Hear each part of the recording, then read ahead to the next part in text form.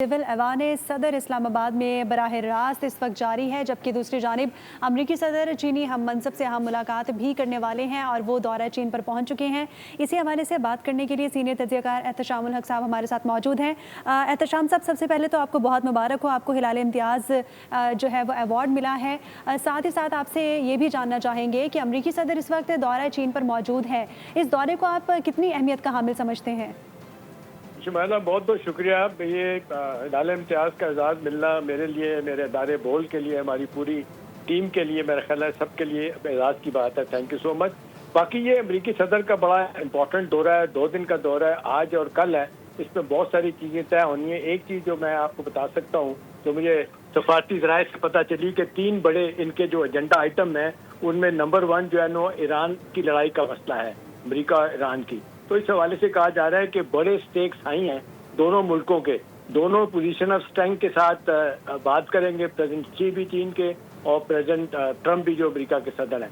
अब इसमें एक तो प्रेसिडेंट ट्रंप का बहुत बड़ा मसला है कि जो उन्होंने ट्रेड डील हासिल करनी है चाइना के साथ, वो उसको बहुत सारे हवाले से कहा जा रहा है कि उसको लिंक कर दिया गया है कि जो ये लड़ाई है, क्योंकि सबसे ज़्यादा इक़्तिसादी तौर पर चाइना का बहुत नुकसान हो रहा है। आप देख लें, उनका 80% तेल जो आता था वेनेजुएला से, वो उन्होंने बंद करवा दिया है। यहाँ से उनका 90% 95% तेल जाता था, आज में हॉर्मुज़ से वो बंद हो गया है। उनका जीडीपी ग्रोथ रेट मार्च के महीने में 2.7% है, जबकि उनका ये 60% के करीब ग्रोथ रेट है। तो बहुत बड़ा इक़्तिसादी तौर पे नुकसान जो है ना, वो इस वक्त इनका भी है, चाइना का भी।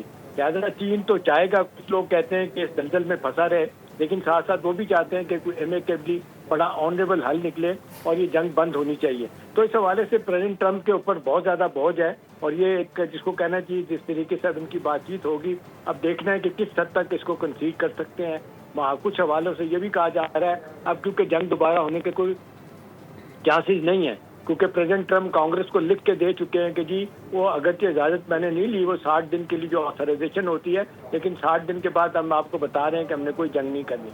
वैसे भी सारे जिस तरीके से कहा जा रहा है कि उनके मुल्क के अंदर इतनी ज़्यादा अपोजिशन हो रही है, उनकी डीप स्टेट इस्टेब्लिशमेंट और दूसरी जो उनकी राइवल पार्टी है डेमोक्रेट, वो उनके खिलाफ है।